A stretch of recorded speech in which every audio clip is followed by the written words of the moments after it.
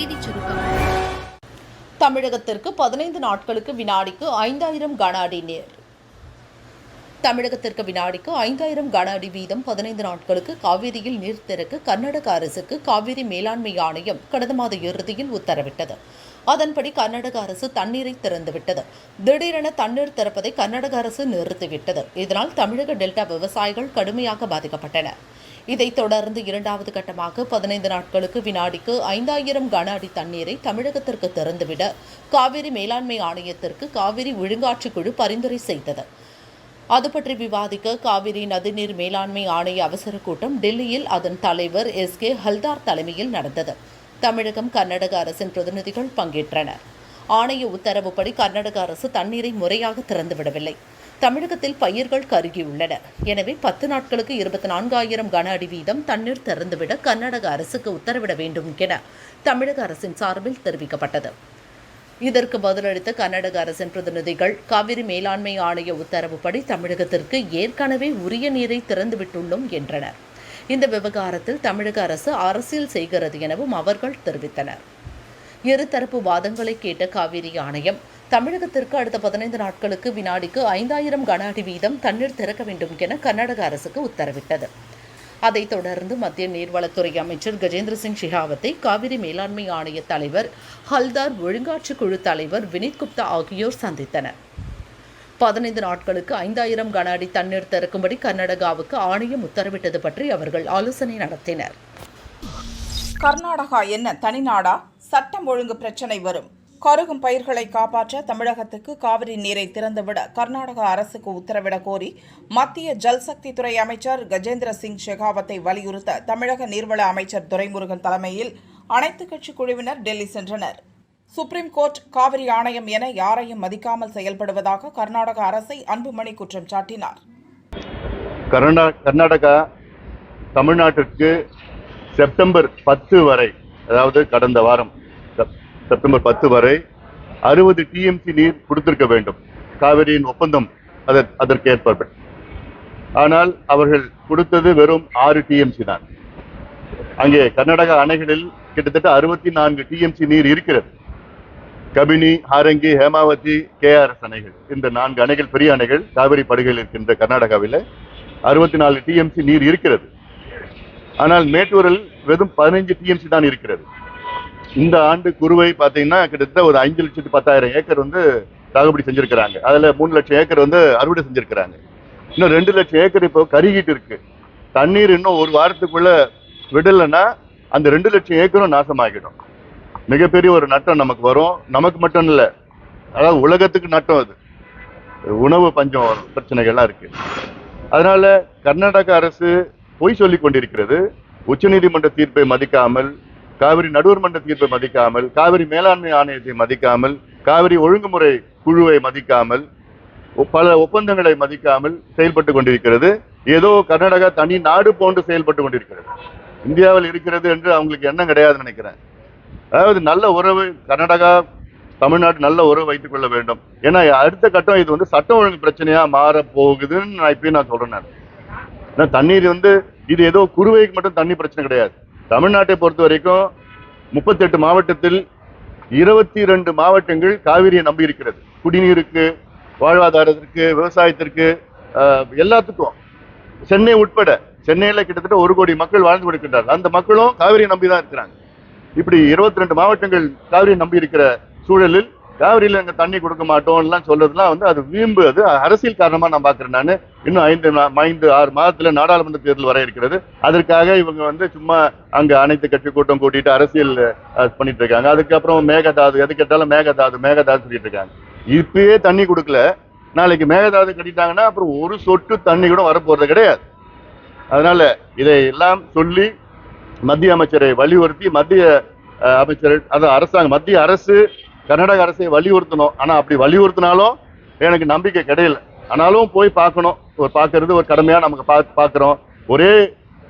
நமக்கு ஒரே வழி உச்ச நீதிமன்றம் தான். ஆனா அது உச்ச நீதிமன்றத்துல 21ஆம் தேதி தான் அந்த வழக்கு எடுத்துக்கிறேன்னு சொல்லியிருக்கிறாங்க. ஆனா அது வேகமா சீக்கிரமா வழக்கு எடுக்கிற மாதிரி நாளைக்கோ நாளை மறுநாளோ தமிழக அரசு கொஞ்சம் உச்சநீதிமன்றத்தில் போய் கேட்கணும். ஏன்னா காலம் போயிட்டு இருக்கு, பயிர் கருகிட்டு இருக்குது. அதிமுக பாஜக கூட்டணி இல்லை, தமிழக தலைவர்கள் கருத்து. அதிமுக பாஜக இடையே கூட்டணி இல்லை என முன்னாள் அமைச்சர் ஜெயக்குமார் அதிரடியாக அறிவித்தார். கூட்டணியை பொறுத்தவரை இல்லை. கூட்டணியை பொறுத்தவரை பிஜேபி, அனைத்து இந்திய அண்ணா திராவிட முன்னேற்ற கழகம் கூட்டணி இல்லை. தேர்தல் வரும்போது தான் அதை டிசைட் பண்ண முடியும். கூட்டணி பொறுத்தவரை இல்லை. இது பற்றி தலைவர்கள் கருத்து தெரிவித்துள்ளனர். தமிழக பாஜக துணைத் தலைவர் நாராயணன் திருப்பதி கூறியதாவது: ஜெயக்குமார் கூறியது போல அதிமுக பாஜக இடையே இப்போது கூட்டணி இல்லை. தேர்தல் காலத்தில்தான் கூட்டணி பற்றி முடிவெடுக்கப்படும். நாங்கள் அவர்களுடன் கொள்கையில் ஒத்துப்போக வேண்டிய அவசியம் இல்லை. அண்ணாமலை குறித்து ஜெயக்குமார் பேசியது முற்றிலும் தவறானது. அண்ணாமலை தலைவராக இருக்க தகுதியில்லை என சொல்ல ஜெயக்குமார் யார் என நாராயணன் திருப்பதி கேட்டார். Who is he to teach us? Who is he to teach us? Annamalai is our leader. Annamalai is our president. So it is none of his business to interfere into our activities, into our party issues. Same way we don't want to in ADMK issues also. So that is not the thing. So what Mr. Jayakumar had said is wrong. It is highly condemnable. Mr. Annamalai is a growing leader in Tamil Nadu, and the people are welcoming wherever he goes. They are giving a rousing reception wherever he goes. So probably, yes, I understand naturally political leaders will get dismayed, will get discouraged, or will get tensed when somebody is getting a wonderful reception, when somebody is growing. So they cannot digest. So that is the reason these people are trying to target Mr. Annamalai and abuse him personally. That is not right. Jayakumar தனது வார்த்தைகளில் கவனமாக இருக்க வேண்டும் என தமிழக பாஜக துணைத் தலைவர் கருநாகராஜன் கூறினார். அண்ணாமலையையும் தமிழக பாஜகவையும் பிரித்து பார்க்க முடியாது. ஜெயக்குமார் கூறிய கருத்துகளுக்கு தகுந்த நேரத்தில் அண்ணாமலை பதிலளிப்பார் எனவும் கருநாகராஜன் கூறினார். விடுதலை சிறுத்தைகள் கட்சித் தலைவர் திருமாவளவன் கூறியதாவது: அண்ணாமலை ஆரம்பத்திலிருந்தே கூட்டணி நல்லிணக்கத்துக்கு முரணாக பேசி வருகிறார். ஜெயக்குமார் வெளிப்படுத்திய கருத்து வரவேற்கத்தக்கது. அதிமுக தன்மானத்துடன் ஒரு முடிவை எடுத்திருப்பதாக கருதுகிறேன். இது அதிகாரப்பூர்வ அறிவிப்பாக இருந்தால் பொதுமக்கள் வரவேற்பார்கள். அதிமுக தனித்து போட்டியிட்டால் அவர்களின் ஓட்டு வங்கியை தக்கவைக்க முடியும் என திருமாவளவன் கூறினார். தமாக தலைவர் ஜி.கே. வாசன் கூறியதாவது: பாஜக இந்தியாவில் பெரிய கட்சி. அதிமுக பாஜக கூட்டணி மக்களின் நம்பிக்கையை பெற்று வெற்றி பெற வாய்ப்புள்ளது. அதனை முழுமையாக பயன்படுத்திக் கொள்ள வேண்டும் என்பது எங்கள் விருப்பம். தேர்தல் நேரத்தில் கூட்டணி குறித்து முடிவெடுப்பதே சரியானது என ஜி.கே. வாசன் கூறினார். தமிழக பாஜக துணைத் தலைவர் வி.பி. துரைசாமி கூறுகையில், ஜெயக்குமார் கூறியதை அதிகாரப்பூர்வ அறிவிப்பாக ஏற்றுக்கொள்ள முடியாது என்றார். தற்போதைக்கு கூட்டணி இல்லை, தேர்தலின் போது முடிவெடுக்கப்படும் என ஜெயக்குமார் பேசியதை எப்படி எடுத்துக் கொள்வது என தெரியவில்லை என மார்க்சிஸ்ட் மாநில செயலாளர் கே. பாலகிருஷ்ணன் கேட்டார். அதிமுக பாஜக தனியாக நின்றாலும் கூட்டணி அமைத்து போட்டியிட்டாலும் தமிழகத்தில் எந்தவித பாதிப்பும் ஏற்படாது. அந்த இரண்டு கட்சிகளையும் திமுக கூட்டணி தோற்கடிக்கும் எனவும் பாலகிருஷ்ணன் கூறினார். ஜனநாயகத்தின் கோயில் பார்லிமெண்ட் சிறப்பு கூட்டத்தொடரில் மோடி உருக்கம். பார்லிமெண்ட் சிறப்பு கூட்டத்தொடரில் பிரதமர் மோடி பேசினார். வரலாற்று சிறப்புமிக்க இந்த பழைய பார்லிமெண்டில் இருந்து நாம் விடைபெற இருக்கிறோம்.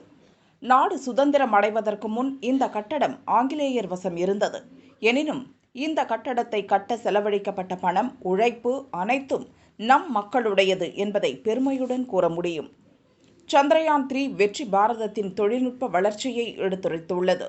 இது நம் விஞ்ஞானிகளின் திறமையை வெளிப்படுத்தியுள்ளது. உலக அரங்கில் இந்தியாவின் பெருமையை நிலைநாட்டிய விஞ்ஞானிகளுக்கு கோடி கோடி வணக்கங்கள். G20 வெற்றி எந்த ஒரு தனிநபரின் வெற்றி அல்ல, தனிப்பட்ட கட்சியின் வெற்றி அல்ல. நாட்டின் 60 இடங்களில் 200 கூட்டங்கள் நடந்தன. பல்வேறு மாநில அரசுகள் மகிழ்ச்சி உற்சாகத்துடன் கூட்டத்தை நடத்த ஒத்துழைப்பு வழங்கின. இது தேசத்தின் வெற்றி. இந்த கட்டடத்தில் இருந்து விடைபெறுவது அவ்வளவு எளிதல்ல. பல நினைவுகள் நம்மை சூழ்ந்துள்ளன. இனிமையான கடினமான நிகழ்வுகள் நடந்துள்ளன. பல்வேறு அனுபவங்களை தந்துள்ள இந்த கட்டடத்தை பிரியும் நேரம் வந்துள்ளது. இந்த 75 ஆண்டுகளில் நாட்டில் நடந்த பல்வேறு முக்கிய நிகழ்வுகளுக்கு இந்த கட்டடம் முக்கிய பங்காற்றியுள்ளது. நான் முதல் முறை எம்பியாகி பார்லிமெண்ட்டுக்குள் நுழைந்தபோது ஜனநாயகத்தின் கோயிலான இந்த கட்டடத்தின் வாயிற்படியில் சிரம் பதித்து வணங்கினேன். ரயில்வே பிளாட்பாரத்தில் சுற்றித் திரிந்த ஒருவனுக்கு தேசம் இத்தனை பெரிய மரியாதையை அளித்துள்ளது. இதுதான் ஜனநாயகத்தின் மகத்துவம். இந்த கௌரவத்தை நான் கனவிலும் நினைத்து பார்த்தது கிடையாது. நாட்டின் பல்வேறு பகுதிகளைச் சேர்ந்த பல மொழி பேசும், பல கலாச்சாரத்தை பின்பற்றும் உறுப்பினர்கள் இங்கு உள்ளனர். பல்வேறு இன்னல்களுக்கு நடுவிலும் எம்பிக்கள் சபைக்கு வந்துள்ளனர். கொரோனா காலத்திலும் தங்கள் உயிரை துச்சமென நினைத்து மக்கள் சேவைக்காக பார்லிமெண்ட் வந்தனர். நாடு சுதந்திரமடைந்த போது இந்த தேசம் ஒன்றுபட்டு இருக்குமா, ஜனநாயகம் நீடிக்குமா என பலரும் சந்தேகம் எழுப்பினர். உலக நாடுகளின் எண்ணத்தை தவிடு பொடி செய்து ஜனநாயகத்தை உயிர்ப்புடன் வைத்துள்ளது பார்லிமெண்ட். ராஜேந்திர பிரசாத் முதல் கலாம், முர்மு வரை ஜனாதிபதிகளை தேர்ந்தெடுத்தது இந்த சபை. நேரு துவங்கி வாஜ்பாய், மன்மோகன் சிங் வரை எண்ணற்ற பிரதமர்கள் இந்த சபையை வழிநடத்தியுள்ளனர். பட்டேல் முதல் அத்வானி வரை பலர் இந்த சபையில் ஜனநாயக கடமையாற்றியுள்ளனர். நேரு, சாஸ்திரி, இந்திரா ஆகிய 3 பிரதமர்கள் தங்கள் பதவி காலத்தில் உயிரிழந்தனர். சபையை வழிநடத்திய சபாநாயகர்கள் மிக சிறந்த பணியாற்றியுள்ளனர். இதுவரை 17 சபாநாயகர்கள் நம்மை வழிநடத்தியுள்ளனர். அவர்களில் 2 பெண்கள். நேரு, இந்திரா, சந்திரசேகர், வாஜ்பாய், மன்மோகன் என இதற்கு முன் பிரதமர்களாக இருந்த அனைவரையும் நினைத்து பார்க்கிறேன். நாட்டு மக்கள் நலனுக்காக எண்ணற்ற தலைவர்கள் பங்களித்துள்ளனர். பயங்கரவாதிகளிடமிருந்து எம்பிக்களை காக்க நம் வீரர்கள் உயிர் தியாகம் செய்தனர். அவர்களை வணங்குகிறேன். தங்கள் பெயர் கூட வெளியே தெரியாமல் பார்லிமெண்ட் நடவடிக்கைகளை மக்களுக்கு தெரியப்படுத்தும் பணியில் வாழ்வை அர்ப்பணித்த பத்திரிகையாளர்களை வணங்குகிறேன். அரசு வரும் போகும், கட்சிகள் சேரும் பிரியும், நாடு முக்கியம் என வாஜ்பாய் இதே சபையில் கூறினார். அம்பேத்கர், நேரு உள்ளிட்ட தலைவர்களின் பங்களிப்பை மறக்க முடியாது. இந்த சபை எமர்ஜென்சியும் பார்த்தது, ஜனநாயகம் மீண்டதையும் பார்த்தது. ஓட்டளிக்கும் வயது 21 இருந்து 18 குறைத்ததும் இங்குதான். அணுசக்தி சோதனைக்கான முடிவெடுக்கப்பட்டது. காஷ்மீருக்கான சிறப்பு அந்தஸ்து நீக்கப்பட்டது. நாடு முழுதும் ஒரே வரி விதிப்பு முறை அமலானது இங்குதான். 4 எம்பிக்கள் கொண்ட கட்சி ஆட்சி செய்தது. 100 எம்பிக்கள் கொண்ட கட்சி எதிர்க்கட்சி இருக்கையில் அமர்ந்தது. 1 ஓட்டு வித்தியாசத்தில் வாஜ்பாய் அரசு கவிழ்ந்தது. இவை அனைத்தும் ஜனநாயகத்தின் அம்சம். புதிய மாநிலங்கள் பிரிக்கப்பட்டதற்கான முடிவுகள் இங்குதான் எடுக்கப்பட்டன. ஜனநாயகத்தை உயிர்ப்புடன் வைத்திருக்கும் பார்லிமெண்டை வணங்குகிறேன். ஜனநாயக கோயிலில் உள்ள ஒவ்வொரு செங்கல்லையும் வணங்குகிறேன் என பிரதமர் மோடி பேசினார். ये सदन इंपीरियल लेजिस्लेटिव काउंसिल का स्थान हुआ करता था।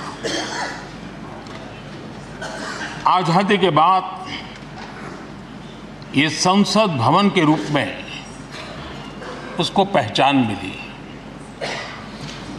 ये सही है, इस इमारत के निर्माण करने का निर्णय विदेशी शासकों का था, लेकिन ये बात हम न कभी भूल सकते हैं और हम गर्व से कह सकते हैं कि इस भवन के निर्माण में पसीना मेरे देशवासियों का लगा था, परिश्रम मेरे देशवासियों का लगा था और पैसे भी मेरे देश के लोगों के। चंद्रयान 3 की सफलता न सिर्फ पूरा भारत, पूरा देश अभिभूत है और इसमें भारत के सामर्थ्य का एक नया रूप जो आधुनिकता से जुड़ा है, जो विज्ञान से जुड़ा है, जो टेक्नोलॉजी से जुड़ा है, जो हमारे वैज्ञानिकों के सामर्थ्य से जुड़ा है, जो 140 करोड़ देशवासियों के संकल्प की शक्ति से जुड़ा हुआ है, वो देश और दुनिया पर एक नया प्रभाव पैदा करने वाला है। ये सदन और इस सदन के माध्यम से मैं फिर एक बार देश के वैज्ञानिकों और उनके साथियों को कोटि कोटि बधाइयां देता हूं, उनका अभिनंदन करता हूं। आज G20 की सफलता को भी आपने सर्वसम्मति से सराहा है। मैं मानता हूं देशवासियों का आपने गौरव बढ़ाया है। मैं आपका आभार व्यक्त करता हूं। G20 की सफलता 140 करोड़ देशवासियों की है। ये भारत की सफलता है, किसी व्यक्ति की सफलता नहीं है, किसी दल की सफलता नहीं है। भारत के फेडरल स्ट्रक्चर ने, भारत की विविधता ने 60 स्थानों पर 200 से अधिक समिट और उसकी मेजबानी हिंदुस्तान के अलग अलग रंग रूप में देश की अलग अलग सरकारों ने बड़े आन बान शान से की और ये प्रभाव पूरे विश्व भर के मन पर पड़ा हुआ है। ये हम सबके सेलिब्रेट करने वाला विषय है, देश के गौरवगान को बढ़ाने वाला है। एक बहुत ही भावुक पल है। परिवार भी अगर पुराना घर छोड़कर के नए घर जाता है तो बहुत सारी यादें कुछ पल के लिए उसको झकझोर देती है। और हम जब ये सदन को छोड़ के जा रहे हैं तो हमारा मन मस्तिष्क भी उन भावनाओं से भरा हुआ है, अनेक यादों से भरा हुआ है।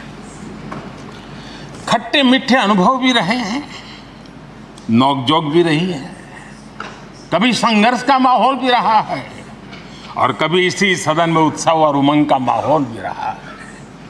ये सारी स्मृतियां हमारे साथ, हम सबकी साझी स्मृतियां हैं, ये हम सबकी साझी विरासत है और इसलिए इसका गौरव भी हम सबका साझा है। मैं पहली बार जब संसद का सदस्य बना और पहली बार एक सांसद के रूप में इस भवन में मैंने प्रवेश किया तो सहज रूप से मैंने इस संसद भवन के डोर पक्ति पर अपना शीश झुका करके इस लोकतंत्र के मंदिर को श्रद्धा भाव से नमन करते हुए मैंने पैर रखा था। भारत के लोकतंत्र की ताकत है, भारत के सामान्य मानवी की लोकतंत्र के प्रति श्रद्धा का प्रतिबिंब है कि रेलवे प्लेटफॉर्म पर गुजारा करने वाला एक गरीब परिवार का बच्चा पार्लियामेंट पहुंच गया।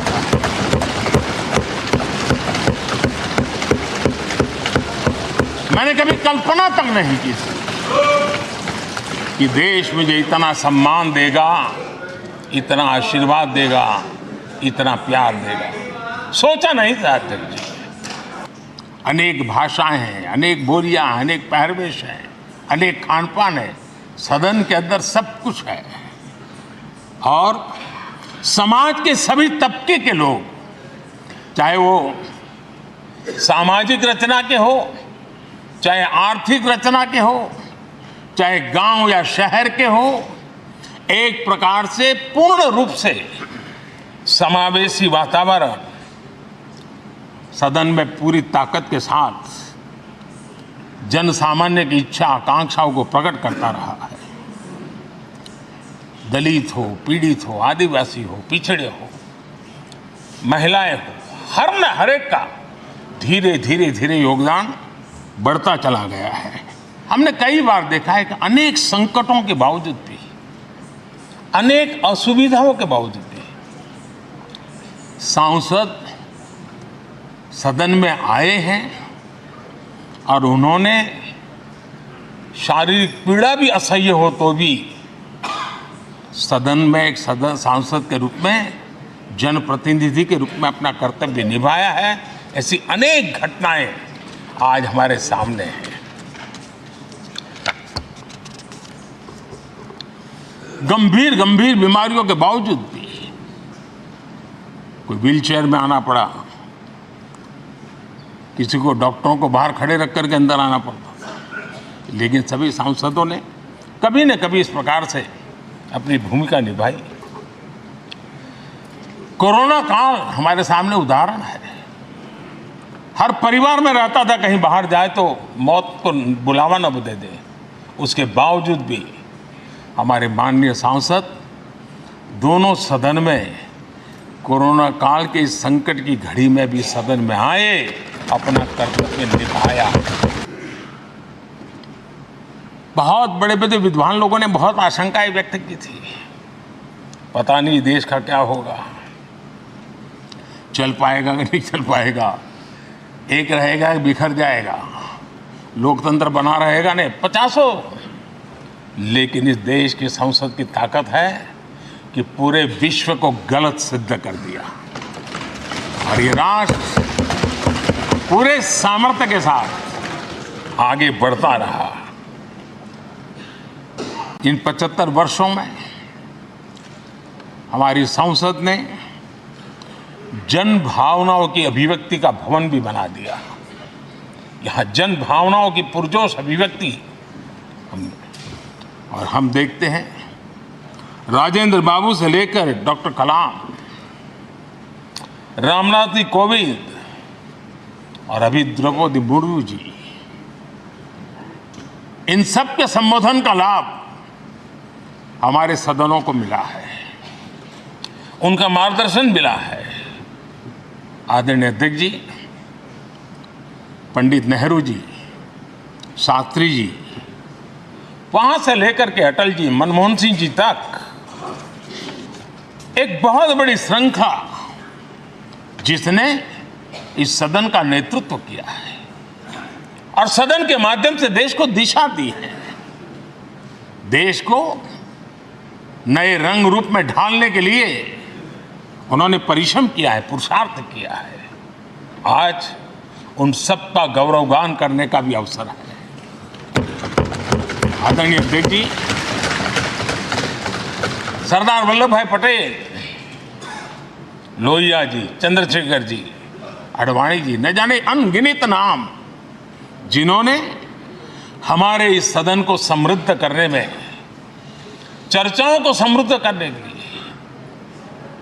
देश के सामान्य से सामान्य व्यक्ति की आवाज को ताकत देने का काम इस सदन में किया है। विश्व के भी अनेक राष्ट्राध्यक्षों ने हमारे इन सदनों को संबोधित करने का भी अवसर आए हैं और उनकी बातों में भी भारत के लोकतंत्र के प्रति आदर का भाव व्यक्त हुआ है। आदरणीय अध्यक्ष जी, उमंग उत्साह के पल के बीच भी कभी सदन की आंख से आंसू भी बहे। लोकतंत्र का ये सदन, आतंकी हमला हुआ, पूरे विश्व में यह आतंकी हमला एक इमारत पर नहीं था, ये मदर ऑफ डेमोक्रेसी एक प्रकार से हमारी जीवात्मा पर यह हमला था। ये देश उस घटना को कभी भूल नहीं सकता है, लेकिन आतंकियों से लड़ते लड़ते सदन को बचाने के लिए और हर सदस्य को बचाने के लिए जिन्होंने अपने सीने पर गोलियां झेली, आज मैं उनको भी नमन करता हूं। हमारे बीच नहीं है, लेकिन उन्होंने बहुत बड़ी रक्षा की है। आदरणीय अध्यक्ष जी, जब आज हम इस सदन को छोड़ रहे हैं, तब मैं उन पत्रकार मित्रों को भी याद करना चाहता हूं जिन्होंने जीवन में, कुछ लोग तो ऐसे हैं जिन्होंने पूरा जीवन अपने कार्यकाल में संसद के काम को ही उन्होंने रिपोर्ट किया है। एक प्रकार से वो जीवंत साक्षी रहे हैं। उन्होंने यहाँ की पल पल की जानकारी देश तक पहुंचाई, और तब तो ये सारा टेक्नोलॉजी अवेलेबल नहीं थी। तब वही लोग थे जो यहाँ की बात पहुंचाते थे, और उनका सामर्थ्य था वो अंदर की भी पहुंचाते थे और अंदर की भी पहुंचाते थे।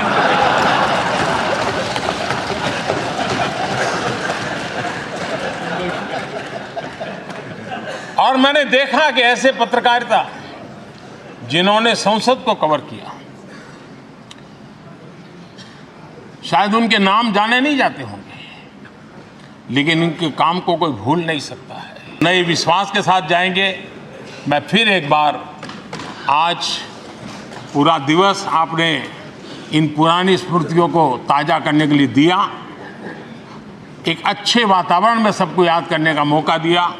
इसके लिए मैं आप सब का, आपका हृदय से आभार व्यक्त करता हूं, और मैं सभी सदस्यों से आग्रह करूंगा कि अपने जीवन के ऐसे मधुर यादों को यहां हम जरूर व्यक्त करें, ताकि देश तक पहुंचे कि सचमुच में ये हमारा सदन, ये हमारे जनप्रतिनिधियों की गतिविधि सच्चे अर्थ में देश को समर्पित हैं, इसका भाव लोगों के तक पहुंचे। इसी एक अपेक्षा के साथ मैं फिर एक बार इस धरती को प्रणाम करता हूं, इस सदन को प्रणाम करता हूं, भारत के मंदिरों से बनी हुई हर एक दीवार के हर एक ईंटे को प्रणाम करता हूं, और पिछले 75 साल में भारत के लोकतंत्र को नया सामर्थ्य शक्ति देने वाले हर गुंज को, उस नाद ब्रह्म को नमन करते हुए मेरी वाणी को विराम कर देता हूं। बहुत बहुत धन्यवाद। G20 கிண்டல் செய்யாதீர், பார்லியில் காரசாரவாதம். பார்லிமெண்டின் சிறப்பு கூட்டத்தொடர் இன்று துவங்கியது. பார்லிமெண்டின் 75 ஆண்டுகால பயணம் குறித்து ராஜ்யசபாவில் விவாதம் நடந்தது. எதிர்க்கட்சித் தலைவர் மல்லிகார்ஜுன கார்கே பேசுகையில், நாட்டின் பெயரை மாற்றுவதால் ஒன்றும் ஆகப்போவதில்லை என்றார். விலைவாசி கடுமையாக உயர்கிறது, இளைஞர்களுக்கு வேலை இல்லை, இதற்கெல்லாம் தீர்வு காணாமல் G2 மாநாடு பற்றி பெருமை பேசிக் கொண்டிருக்கிறார்கள் என கார்கே கூறினார். G2 சரிதானே என கார்கே பக்கத்தில் இருந்த எம்பியை பார்த்து கேட்டதும் அது G20 என சபைத் தலைவர் ஜெகதீப் தன்கர் சொன்னார். மாநாட்டு லோகோவில் 0 பார்ப்பதற்கு தாமரை மாதிரியே இருந்ததால் G2 என கூறிவிட்டேன் என கார்கே கூறியதும் எதிர்க்கட்சி வரிசையில் அமர்ந்திருந்த எம்பிக்கள் சத்தமாக சிரித்தனர். கார்கே பேச்சுக்கு எதிர்ப்பு தெரிவித்த மத்திய அமைச்சர் பியூஷ் கோயல், G20 மாநாட்டை பற்றி கிண்டல் செய்யாதீர்கள் என்றார்.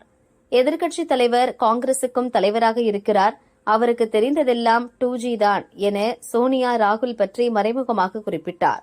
हमने वो किया ये ठीक है, G2 ठीक है, G2 क्या G20 सर नहीं, क्योंकि वो जीरो में कमल का फूल ही दिखता था। अब देखिए G20 की मजाक मत उड़ाइए, G20 बहुत अरे मजाक नहीं भाई, लेकिन सर शायद माननीय leader of the opposition Congress के अध्यक्ष भी है, उनको तो सिर्फ 2G दिखता है. பியூஷ் கோயல் பதிலடியால் கார்கே கடுப்பானார். நீங்கள் மட்டுமே தேசபக்தர்கள் என நினைக்க வேண்டாம், நாட்டின் மீது எங்களுக்கும் பக்தி இருக்கிறது, நாங்களும் தியாகிகள்தான், நாட்டுக்காக உயிர் தியாகம் செய்தவர்கள் நாங்கள், நீங்கள் அதன் பலனை அனுபவித்துக் கொண்டிருக்கிறீர்கள், எங்களுக்கே அறிவுரை கூறிக் கொண்டிருக்கிறீர்கள் என கார்கே ஆவேசத்துடன் கூறினார். इन्फ्लेशन कंट्रोल करना इम्पोर्टेंट है, नहीं तो डिस्ट्रॉय हो जाएगा डेमोक्रेसी। अनएम्प्लॉयमेंट अगर बढ़ती गई तो डेमोक्रेसी नहीं रहेगी। इसीलिए मैं आपसे विनती करता हूं कि इन चीजों को कुछ उत्तर दे। सिर्फ हमने वो किया ये ठीक है, G2 ठीक है, G2 क्या G20 सर नहीं, क्योंकि वो जीरो में कमल का फूल ही दिखता था। अब देखिए साहब, वो आप देखिए, हाँ आप देखिए, वो कभी भी एडवर्टाइजमेंट आपका स्तरीय नहीं है, आपका स्तर नहीं है, आपका स्तर नहीं है। तो मेहरबानी करके G20 की मजाक मत उड़ाइए, G20 बहुत अरे मजाक नहीं भाई, लेकिन सर शायद माननीय leader of the opposition Congress के अध्यक्ष भी है, उनको तो सिर्फ 2G दिखता है, 1G एंड सनजी। वही चीज दिखाओ। अरे ये देखो सर, मैं ईमानदारी के साथ कहता हूं, देश की जब बात आती है उसमें हम सब लोग एक है, उसमें कोई फर्क नहीं। लेकिन तुम बार बार वो गुत्ता मत लो, तुम भी पैट्रियट हो। पैट्रियट हमारे लोग हैं, जान हमारे लोग दिए, मर गए हमारे लोग, मजा आप उठा रहे हो और हमको सिखाते हो। திமுகவை ஒழிக்காமல் ஓயமாட்டேன் சீமான். நடிகை விஜயலட்சுமி தொடர்பான வழக்கில் சென்னை வளசரவாக்கம் காவல் நிலையத்திற்கு வந்த நாம் தமிழர் கட்சி ஒருங்கிணைப்பாளர் சீமான் செய்தியாளர்களை சந்தித்தார். தூண்டுதல் இல்லாமல் இது எப்படின்னா இப்போ 2011 இந்த வழக்கு கொடுக்கப்பட்டதே திமுக காங்கிரஸின் தூண்டுதலில் தான். உங்களுக்கு தெரியும், அன்னைக்கு முதலமைச்சராக இருந்த அம்மையார் ஜெயலலிதா அவர்கள் இதில் உண்மைத்தன்மை என்னன்னு கேட்குறாங்க. இதே வேலை இவங்க இப்படி வழக்கமாக வட்டமாக எல்லார் மேலேயும் இப்படி செய்கிறாங்க. இது என்னென்னா அதில் உண்மைத்தன்மை இல்லைன்னு த்ரோயிட்டுன்னு தூக்கி போட்டு போயிட்டாங்க. அதுக்கப்புறம் அதுக்கு பின்னாடி வந்த எடப்பாடி பழனிசாமி காலத்துலேயும் இவங்க நிறைய புகார் கொடுத்தாங்க. அவங்களுக்கு தெரியும் எடுக்கலை. இவங்க என்னை சமாளிக்க முடியல. அப்போ என்ன பண்ணுறதுன்னு இதை வச்சாவது ஏதாவது 128 வழக்கு என் மேலே இருக்குது. அந்த வழக்குகளை எடுத்துகிட்டு, ஏன்னா அது மக்களுக்காக போராடி நான் சிறைக்கு போனது பேசுனது, அதை தொட முடியல. அப்போ இந்த வழக்கை எடுக்கும்போது என்னை ஒரு என்ன சொல்கிறது, ஒரு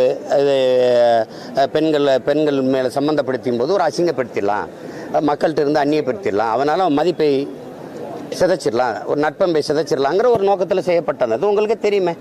இப்போ நீங்கள் ஒரு மாத காலம் பேசக்கூடிய பேச்சாது அடிப்படையாக குற்றஞ்சாட்டுற இது திமுக அந்த ஆட்சிக்கு தெரியாமல், அங்கே இருக்கிறவங்களுக்கு தெரியாமல் இது நகரலை. அவங்கள கூட்டி வந்தது யார், வண்டி வாடகை கொடுத்து தங்க வச்சது யார், இதுக்கு என்ன அவசியம் இருக்குது? இப்போது 2 ஆண்டுகள் என்ன பண்ணீங்க? இந்த வழக்கை தூசி தட்டு எடுக்க வேண்டியதானே? 2 மாதத்தில் தேர்தல் வரும்போது இப்போ தொட வேண்டிய அவசியம் வருது. ஏன்னா என்னை சமாளிக்க முடியல. நான் எழுப்புகிற கேள்விக்கு உங்களுக்கு பதில் இல்லை. சனாதனத்தை அதை இதை இந்த இருக்கிற பிரச்சனைகளெல்லாம் இந்த 2 பொம்பளைகளை வச்சு மூடிட்டீங்க. மறுபடியும் நான் திறப்பேன். எந்த பதவிக்காக நீங்கள் என் இனச்சாவை சகித்து கொண்டீர்களோ, இனி உங்கள் வாழ்நாளில் அந்த பதவி உங்களுக்கு ஒருபோதும் கிடைக்க விடாமல் நான் செய்வேன். கடைசி வரை கருணாநிதி மறுபடியும் முதலமைச்சர் அந்த நாற்காலியில் உட்காரல. இன்னைக்கு நான் சொல்கிறேன், இவங்களை ஒழிச்சிட்டு தான் நான் ஓய்வு எடுப்பேன். ஷவர்மா சாப்பிட்ட மாணவி பலி, தாய் தம்பி ஹாஸ்பிட்டலில் அட்மிட். நாமக்கல் சந்தைப்பேட்டை புதூரைச் சேர்ந்தவர் சுஜாதா, வயது 38, மகள் கலையரசி வயது 14, மகன் பூபதி வயது 12 ஆகியோருடன் நேற்று முன்தினம் நாமக்கல் பரமத்தி சாலையில் உள்ள ஐவின்ஸ் உணவகத்துக்கு சென்றார். ஷவர்மா வேண்டும் என கலையரசி ஆசையுடன் கேட்டார். ஷவர்மா வாங்கி கொண்டு வீட்டுக்கு வந்து மூவரும் சாப்பிட்டனர். மூவருக்கும் நேற்று காலை வாந்தி மயக்கம் ஏற்பட்டது. நாமக்கல்லில் உள்ள தனியார் மருத்துவமனையில் அட்மிட் செய்யப்பட்டனர். சிகிச்சைக்கு பிறகு வீடு திரும்பினர். இன்று காலை கலையரசியை சுஜாதா எழுப்பினார். பேச்சு மூச்சில்லாமல் கிடந்ததால் நாமக்கல் அரசு மருத்துவமனைக்கு கொண்டு சென்றனர். அங்கு சோதித்த டாக்டர்கள் கலையரசி ஏற்கனவே இறந்துவிட்டதாக கூறினர். உடனே தாய் சுஜாதா மற்றும் சகோதரன் பூபதி ஆகியோர் முன்னெச்சரிக்கையாக நாமக்கல் அரசு மருத்துவக் கல்லூரி மருத்துவமனையில் அட்மிட் செய்யப்பட்டனர். தீவிர சிகிச்சை அளிக்கப்படுகிறது. சுஜாதா மகனுடன் ஐவின்ஸ் உணவகத்துக்கு சென்ற அதே நேரத்தில் நாமக்கல் அரசு மருத்துவக் கல்லூரியில் 2ஆம் ஆண்டு படித்து வரும் மாணவி ஒருவர் பர்த்டேவுக்காக பார்ட்டி கொடுத்துள்ளார். அவர் உட்பட 13 மாணவ மாணவிகள் ஷவர்மா சாப்பிட்டுள்ளனர். ஹாஸ்டலுக்கு திரும்பிய அந்த 13 பேருக்கும் மறுநாள் வாந்தி மயக்கம் ஏற்பட்டுள்ளது. அவர்களும் நாமக்கல் அரசு மருத்துவக் கல்லூரி மருத்துவமனையில் அட்மிட் செய்யப்பட்டுள்ளனர். தகவல் அறிந்த நாமக்கல் கலெக்டர் டாக்டர் உமா மாணவர்களை பார்த்து நலம் விசாரித்தார். ஐவின்ஸ் உணவகத்துக்கு சென்று ஆய்வு செய்தார். சுஜாதா குடும்பத்தினரும் மாணவர்களும் என்னென்ன உணவுகளை சாப்பிட்டார்கள் என உணவக உரிமையாளர் நவீன்குமாரிடம் விசாரித்தார். பிறகு கிச்சன் அறையை பார்வையிட்டார். சிக்கன் வைக்கப்பட்டிருந்த எந்திரமும் கிச்சனும் பராமரிப்பின்றி இருந்தது. கலெக்டர் உத்தரவின் பேரில் அதிகாரிகள் உணவகத்துக்கு சீல் வைத்தனர். சிக்கன் மாதிரிகள் ஆய்வுக்கு அனுப்பப்பட்டுள்ளது. சுஜாதா குடும்பத்தினரும் மருத்துவக் கல்லூரி மாணவ மாணவிகளும் சாப்பிட்டது கெட்டுப்போன சிக்கனா என்பது ஆய்வு முடிவில் தெரியவரும் என உணவு பாதுகாப்புத்துறை அதிகாரிகள் கூறினர். இறப்பு நடந்தால் மட்டுமே உணவின் தரத்தை அதிகாரிகள் வந்து சோதிக்கிறார்கள். அதுவரை உணவு பாதுகாப்புத்துறை அதிகாரிகள் ஹோட்டல்கள் பக்கம் எட்டி பார்ப்பதே இல்லை என நாமக்கல் வாசிகள் கூறுகின்றனர்.